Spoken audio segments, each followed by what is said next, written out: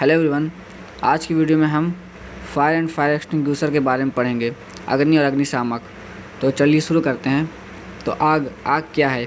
किसी भी ज्वलनशील पदार्थ के जलने को आग कहते हैं और आग जलने पर प्रकाश एवं गर्मी की उत्पत्ति होती है। आग के जलने में ऑक्सीजन और ईंधन बहुत ही आवश्यक तत्व होते हैं। आग के तीन मूल कारक जो हैं वो है आपका ऑक्सीजन, हीट और फ्यूल। ये तीनों से मिलकर ही आपका आग लगती है। ऑक्सीजन, ताप और ईंधन, ये तीनों में से किसी भी अगर एक चीज़ की उपस्थिति को हम हटा देते हैं तो उस स्थिति में आग नहीं लगेगी। आग को बुझाने की प्रक्रिया में भी हम यही प्रक्रिया अपनाते हैं, जिसमें हम इन तीनों कारकों में से किसी एक कारक को वहाँ से हटाते हैं।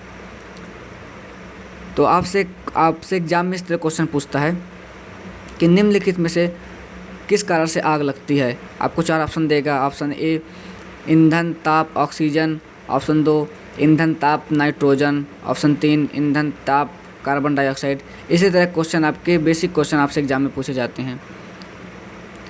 तो ईंधन,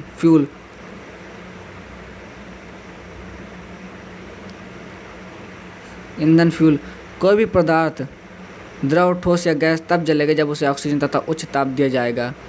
तो जैसे ऊपर ही हमने डिस्कस किया है कि ऑक्सीजन, हीट और फ्यूल ये तीनों मिलकर ही आग लगाएंगे। तो ईंधन अगर है और ऑक्सीजन और उच्च ताप है, उस स्थिति में आपकी आग लग जाएगी। अगला है ताप, हीट। कोई भी ईंधन किसी निश्चित तापमान पर जलना आरंभ करता है और कोई भी पदार्थ जिस ताप पर जलना प्रारंभ करता है उसे हम कहते हैं फायर पॉइंट।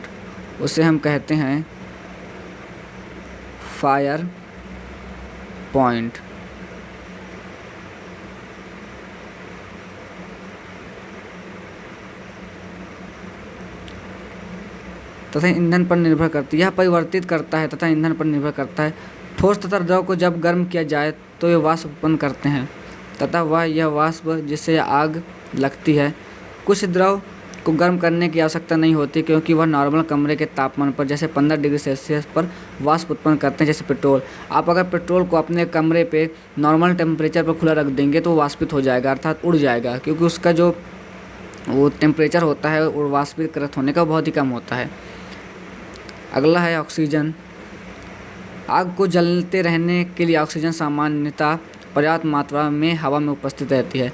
वायुमंडल में ऑक्सीजन इतनी मात्रा में उपस्थित है कि उससे अगर ताप और ईंधन हैं तो वहाँ पे आग लग जाएगी। तभी देखा होगा आपने कि कहीं भी नॉर्मली आग इतनी ज़्यादा लग जाती है क्योंकि अपने वायुमंडल में ऑक्सीजन जो है इतनी पर्याप्त मात्रा में है कि जितना तापमान हमको चाहिए किसी ईंधन को जलने के लिए और तो आग लग जाती है। अगला है आपका आग को बुझाना। इसमें किसी कारण को मेल में से अलग करने या हटाने से आग को बुझाया जा सकता है। जैसे मैंने ऊपर ही बताया है कि ये तीन कारक ईंधन, ताप, ऑक्सीजन, इन तीनों में से किसी एक कारक को अगर आप हटा देंगे तो आग लगेगी नहीं। अगर आग लगी है वहाँ पे आप इन कारकों में से किसी एक कारक को हटा देंगे तो आग बुझ जाएगी। इसे प्राप्त करने के लिए मूल 3 बेसिक विधियाँ हैं। देखते हैं कौन सी विधियाँ हैं। पहली जो विधि है वो है ईंधन की आग को रोकना, स्टार्विंग। इसमें आपको इस प्रकार से क्वेश्चन पूछता है कि आग को बुझाने की प्रक्रिया में स्टार्विंग क्या है। तो स्टार्विंग जो है वो है आपकी ईंधन को हटाना। जहाँ पर भी आग लगी है वहाँ से ईंधन को हटाना स्टार्विंग कहलाता है। सेकंड पॉइंट है आपका स्मूथरिंग, हवा को रोकना, अर्थात फोम, रेत इत्यादि से ढककर ऑक्सीजन की सप्लाई को आग से अलग करता है, जिससे आग बुझ जाती है। तो इसमें आपको इस प्रकार से क्वेश्चन पूछता है कि आग को बुझाने की प्रक्रिया में स्मूथरिंग का क्या अर्थ है। तो स्मूथरिंग का अर्थ होता है हवा को रोकना। ऑक्सीजन की सप्लाई को अगर हम बंद कर देंगे तो उस स्थिति में आग अपने आप बुझ जाएगी, क्योंकि पहले ही बताया है कि आग को जलने के लिए 3 मूल कारक की आवश्यकता होती है, जो है फ्यूल, आपका हीट और तीसरा ऑक्सीजन। तीसरा है आपका कूलिंग, ठंडा करना। ताप कम करने के लिए पानी का उपयोग करना। इनमें से कोई भी एक तत्व आग बुझाएगा। आग को लगने से रोकना। अधिकांशतः आग छोटे से प्रारंभ होती है जिनका पता नहीं चलता जब तक कि उनकी पकड़ मजबूत ना हो जाए। जब तक आग छोटी स्थिति में रहती है तब तक आग का हमें पता ही नहीं चल पाता है कि कहीं पे आग लगी है, और जब तक पता चलता है तब तक वो आग जो होती है वो अपनी बहुत ही विशालकाय रूप ले लेती है। तभी उसको बुझाने में काफ़ी दिक्कतों का सामना करना पड़ता है। आते हैं अपन नीचे। अब जो आपका मेन है, बहुत इंपॉर्टेंट है, वो है आग का वर्गीकरण, क्लासिफिकेशन ऑफ फायर्स। ईंधन की प्रकृति के आधार पर आग को 4 प्रकार से वर्गीकृत किया गया है। आग 4 प्रकार से वर्गीकृत किया गया है। कौन कौन से हैं, चलिए देखते हैं। पहला क्लास ए फायर, जिसे हम कार्बोनेशियस फायर कहते हैं, जिसमें लकड़ी, पेपर, कपड़ा इत्यादि ठोस पदार्थों से लगी आग को क्लास ए फायर या कार्बोनेशियस फायर कहते हैं। इसके लिए पानी, रेत, मिट्टी तथा सोडा एसिड एक्सटिंग्विशर का उपयोग किया जाता है बुझाने के लिए। दूसरा है class B fire, class B की आग, जिसे हम ऑयल फायर भी कहते हैं। ज्वलनशील द्रव तथा गलनशील ठोस पदार्थ से लगी आग को ऑयल फायर कहते हैं या क्लास बी फायर कहते हैं। इसको बुझाने के लिए हवा का प्रवाह बंद करना है। जलते हुए द्रव की पूरी सतह को ढकने का उद्देश्य होना चाहिए। इसके प्रभाव से ऑक्सीजन की आग से संपर्क टूट जाएगा। ऑक्सीजन का संपर्क जैसे ही आग से टूटेगा, आग बुझ जाएगी। पानी का उपयोग जलते हुए द्रव पर कभी न करें। क्लास बी की आग पर हमें पानी का उपयोग नहीं करना होता है, और इसके लिए जो हम एक्सटिंग्विशर उपयोग करते हैं वो होता है फोम फायर एक्सटिंग्विशर, सूखा powder, dry powder extinguisher, CO2 carbon dioxide extinguisher का उपयोग हम करते हैं। तीसरा है आपका क्लास सी फायर, जिसे हम गैसियस फायर कहते हैं। गैस तथा द्रवित गैस से लगी आग को गैसियस फायर कहा गया है। इसको बुझाने के लिए हम सूखा पाउडर एक्सटिंग्विशर तथा साधारण BC दर वाला हेलोन एक्सटिंग्विशर का उपयोग करते हैं। चौथा है आपका class D fire. Class D fire को हम इलेक्ट्रिकल फायर कहते हैं। इलेक्ट्रिकल फायर इलेक्ट्रिक उपकरणों तथा मेटल पर लगी आग को इलेक्ट्रिकल फायर कहते हैं। इसको बुझाने के लिए हम हेलोन एक्सटिंग्विशर, कार्बन डाइऑक्साइड, सूखा पाउडर और CTC कार्बन टेट्राक्लोराइड एक्सटिंग्विशर का उपयोग करते हैं। आपसे एग्जाम में कभी कभी CTC का फुल फॉर्म पूछ लेगा कि क्लास डी की फायर को बुझाने के लिए जो एक्सटिंग्विशर का उपयोग किया जाता है उसमें CTC का फुल फॉर्म क्या है। तो CTC का फुल फॉर्म होता है कार्बन टेट्राक्लोराइड। आगे आते हैं हम अग्निशामक के प्रकार, टाइप्स ऑफ फायर एक्सटिंग्विशर्स। अग्निशामक अग्निलपटे शामक अथवा शामक मात्र एक सुरक्षा उपकरण है जिसका प्रयोग शामक में अथवा छोटी छोटी आग के नियंत्रण में अधिकांश आपातकालीन अवस्था में इमरजेंसी में किया जाता है। आग की विभिन्न प्रकार के आग से निपटने के लिए बहुत तरह के अग्निशामक यंत्र तरह तरह के कारक के साथ मिलते हैं। ये पहला आपका है, यह है वाटर, पानी से भरा एक्सटिंग्विशर। ये आपका फोम एक्सटिंग्विशर। ये आपका है फायर ब्लैंकेट। ये आपका है पाउडर एक्सटिंग्विशर। यह है आपका CO2 कार्बन डाइऑक्साइड एक्सटिंग्विशर। और यह है आपका CTC कार्बन टेट्राक्लोराइड एक्सटिंग्विशर। ये चित्र आप देख लेंगे, इसको ध्यान से देख लेंगे। अगला है आग बुझाने वाले पानी भरे यंत्र, वाटर फिलेट एक्सटिंग्विशर। ऑपरेशन की 2 विधियां होती हैं। पहला है गैस कार्ट्रिज टाइप, दूसरा है स्टोर्ड प्रेशर टाइप। तो जो पहला जो चित्र आपको दिख रहा है ये है आपका गैस कार्ट्रिज टाइप और ये है दूसरा आपका स्टोर्ड प्रेशर टाइप। ये यहाँ पे जो आपको देख रहे होगे यहाँ पे कोई नॉर्मल है और यहाँ पे आपको ये गोला गोला कुछ दिख रहा होगा, इसी को कहते हैं, ये जो है यही है। इसी से आप पहचान करेंगे कि ये स्टोर्ड प्रेशर टाइप है या गैस कार्ट्रिज टाइप है। तो इस चित्र को भी आप देख लेंगे। अगला है आपका foam extinguisher, foam fire extinguisher. ये संग्रहित दाब या गैस कार्ट्रिज प्रकार दोनों प्रकार के हो सकते हैं। आग बुझाने वाले यंत्र फायर एक्सटिंग्विशर का उपयोग करने के पूर्व संदेश उस पर दिए गए ऑपरेटिंग अनुदेशकों को चेक कर लेना चाहिए। फोम एक्सटिंग्विशर निम्न के लिए अति उपयुक्त होते हैं: ज्वलनशील रहित द्रव आग, flammable liquid fire, class B की फायर जो है आपकी, और दूसरा रनिंग लिक्विड फायर, ये भी आपका ऑयल फायर है। उसके लिए मैंने आपको बताया कि फोम फायर एक्सटिंग्विशर का उपयोग क्लास बी की आग ऑयल फायर को बुझाने के लिए करते हैं। जहाँ पर विद्युत उपकरण लगे हों, ये आपका काफ़ी इंपॉर्टेंट है, इससे भी क्वेश्चन आते हैं।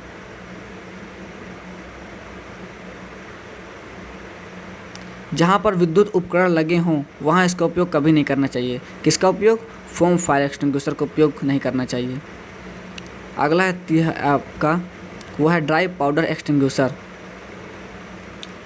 एक्सटिंग्विशर जिनमें सूखा पाउडर फिट किया गया रहता है वे या गैस कार्ट्रिज या स्टोर्ड प्रेशर प्रकार के हो सकते हैं। दोनों प्रकार के हो सकते हैं। इनका रूप तथा कार्य करने की विधि पानी भरे वाले के समान वाटर फिलेट के समान ही होती है। इनका प्रमुख पहचान करने का लक्षण इनका फोर्क के आकार का नोजल, ये आप नोजल जो देख रहे हैं ये फोर्क के आकार का जो नोजल होता है, इनका प्रमुख पहचान करने का लक्षण यही है, इनका फोर्क के आकार का नोजल। ग्लास की आग से निपटने के लिए पाउडर का विकास किया गया है। अगला है आपका कार्बन डाइऑक्साइड CO2। ये अपने विशिष्ट आकार के डिस्चार्ज होने का आसानी से पहचान किए जा सकते हैं। ये इससे आप पहचानेंगे कि ये आपका कौन सा है, कार्बन डाइऑक्साइड CO2।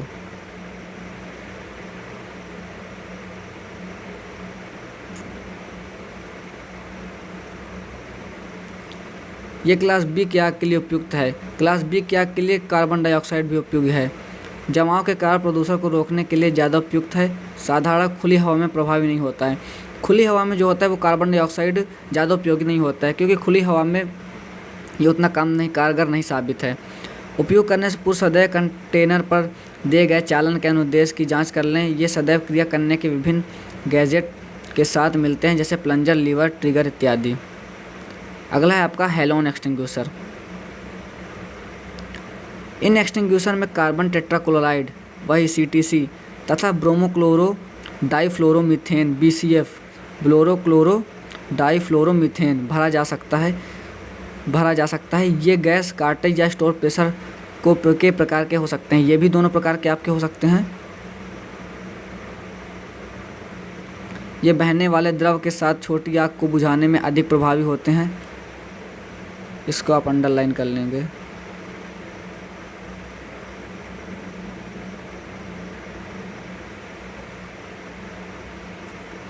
ये बहने वाले द्रव के साथ छोटी आग को बुझाने में अधिक प्रभावी होते हैं।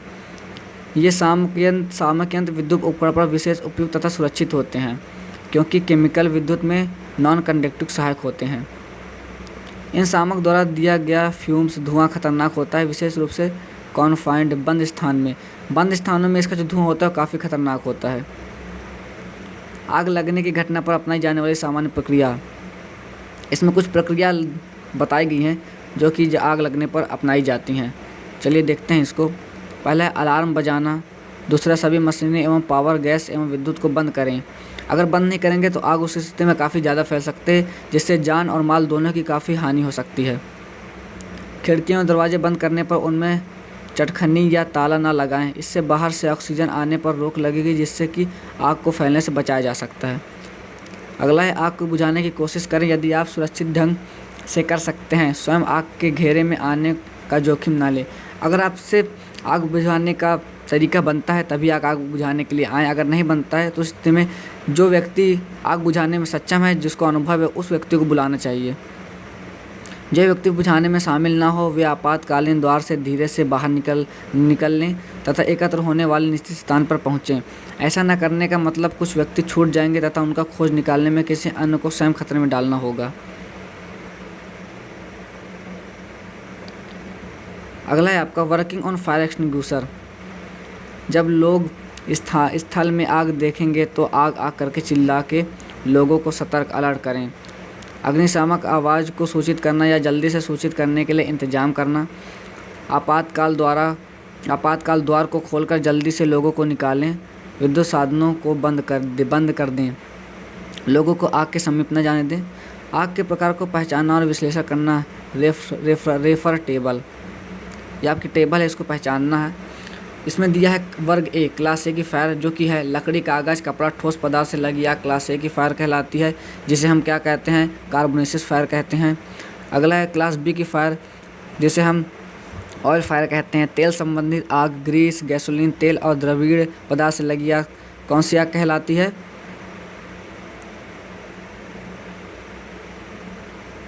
आपकी क्लास B की आग कहलाती है। और क्लास C की फायर जिसे हम गैसियस फायर कहते हैं, जो कि गैस, द्रवीय गैस आदि से लगती है, इसे हम गैसियस फायर कहते हैं। और क्लास D की फायर जिसे हम इलेक्ट्रिकल फायर कहते हैं, जो कि धातु और विद्युत उपकरण पर लगती है, इसे हम इलेक्ट्रिकल फायर कहते हैं।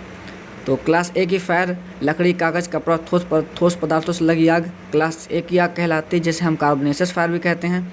क्लास बी की आग जिसे हम ऑयल फायर कहते हैं। तेल संबंधित आग, ग्रीस, गैसोलीन, तेल, डीजल, पेट्रोल इत्यादि से लगी आग क्लास बी की आग कहलाएगी। क्लास सी की आग जो होगी वो होगी गैसियस फायर, जो कि गैस, द्रविड़ गैस, एलपीजी गैस, कोई भी गैस से लगी आग क्लास सी की आग कहलाएगी। क्लास डी की आग वह आग है जो कि इलेक्ट्रिकल उपकरण या मेटल पर लगेगी, वो आपकी क्लास डी की आग कहलाएगी, जिसे हम इलेक्ट्रिकल फायर भी कहते हैं। मान लें कि आग बी फ्लेमेबल लिक्विड सॉलिड है, ये आपका इंपॉर्टेंट नहीं है। अग्निशामक CO2 कार्बन डाइऑक्साइड को चुनिए। CO2 अग्निशामक को ढूंढिए और चयन कीजिए। समाप्ति की तिथि जांचिए। ये आपके कुछ पॉइंट हैं। सील को तोड़े, ये आपके एक्सटिंग्विशर का उपयोग करने की विधियां हैं, जो कि आपको उतनी इम्पोर्टेंट नहीं है।